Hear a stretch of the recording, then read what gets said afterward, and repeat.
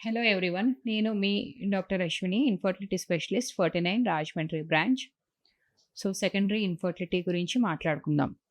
So, చాలామంది couple first time pregnancy చాలా ఫాస్ట్‌గా కన్ఫర్మ్ అయింది.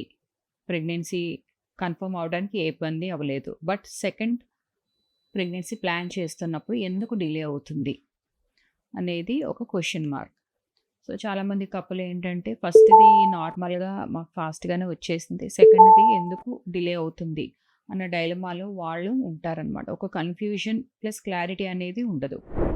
సో, దీనికి ఫస్ట్ ఆఫ్ ఆల్ మనం తెలుసుకునే ముందు ఒక ఇంపార్టెంట్ థింగ్ ఏంటంటే ఫస్ట్ ప్రెగ్నెన్సీకి, సెకండ్ ప్రెగ్నెన్సీ మీరు ప్లాన్ చేసుకునే టైంకి మీ బాడీలో చాలా చేంజెస్ జరిగే ఉంటుంది. సో, ఫస్ట్ టైం ఉన్న సిట్యుయేషన్ ఇప్పుడు ఉండకపోవచ్చు. చేంజెస్ అనేవి జరిగి ఉండాలి.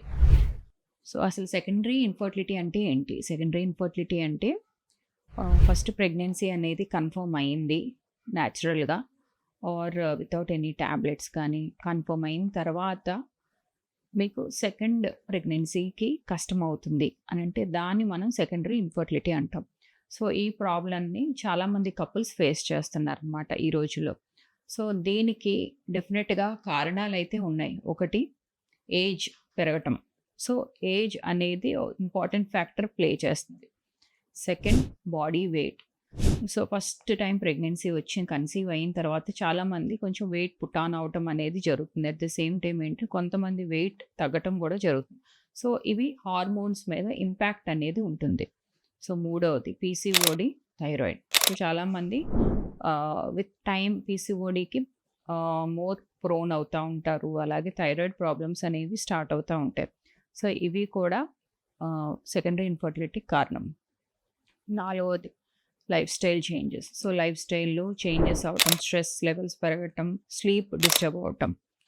సో, ఫిఫ్త్‌ది వచ్చేసరికి సేమ్ ఆడవాళ్ళలో జరిగే ఈ చేంజెస్ ఏవైతే ఉన్నాయో కూడా మగవారిలో కూడా స్పెర్మ్ కౌంట్ అనేది ప్రాబ్లమ్ రావచ్చు. సో, ఏజ్‌తో పాటు స్పెర్మ్ కౌంట్ తగ్గటం, క్వాలిటీ తగ్గటం కూడా చూస్తూ ఉంటాం. సో, సిక్స్త్ వచ్చేసరికి ఏ కారణాలనేవి ఉండవు. సో, ఇటు అన్నీ బాగానే ఉంటాయి. ఏజ్ పరంగా ఎగ్స్ బాగానే ఉంటాయి. మగవారిలో కణాలన్నీ బాగానే ఉంటాయి. బట్ స్టిల్ ప్రెగ్నెన్సీ అనేది కన్ఫర్మ్ అవ్వదు. సో, వీటంతటికి మనకి సొల్యూషన్ అనేది ఉంది.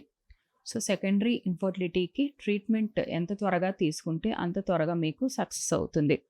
సో, ఫస్ట్ టైం అనేది జరిగిపోయింది. సెకండ్ టైము అవుతుందా లేదా అనే డైలమాలో ఉండటం కంటే డెఫినెట్‌గా ఒక ఎక్స్‌పర్ట్ గైడెన్స్‌లోకి మీరు తీసుకోవటం వల్ల ఏమవుతుందంటే మీ ఫర్టిలిటీ స్కోర్ ఏదైతే ఉందో వాళ్ళు చెక్ చేయడం జరుగుతుందనమాట. సో, దాన్ని బట్టి మీకు మెడికేషన్ అనేది ఇవ్వటం జరుగుతుంది. సో, దీన్ని బట్టి మీరు ఈజీగా ప్రెగ్నెన్సీ అనేది కన్ఫర్మ్ అవుతుంది. సో, డిలే చేయొద్దు. సో, చాలామంది ఏంటంటే ఫస్ట్ ప్రెగ్నెన్సీ వల్ల కూడా యుటరస్‌లో చేంజెస్ రావటం, యుటరైన్ హెల్త్ మారటం అనేది కూడా జరుగుతూ ఉంటుంది. సో, దీనికి కూడా ఒక్కోసారి సర్జికల్‌గా మనం కరెక్ట్ చేసుకోవాలనమాట.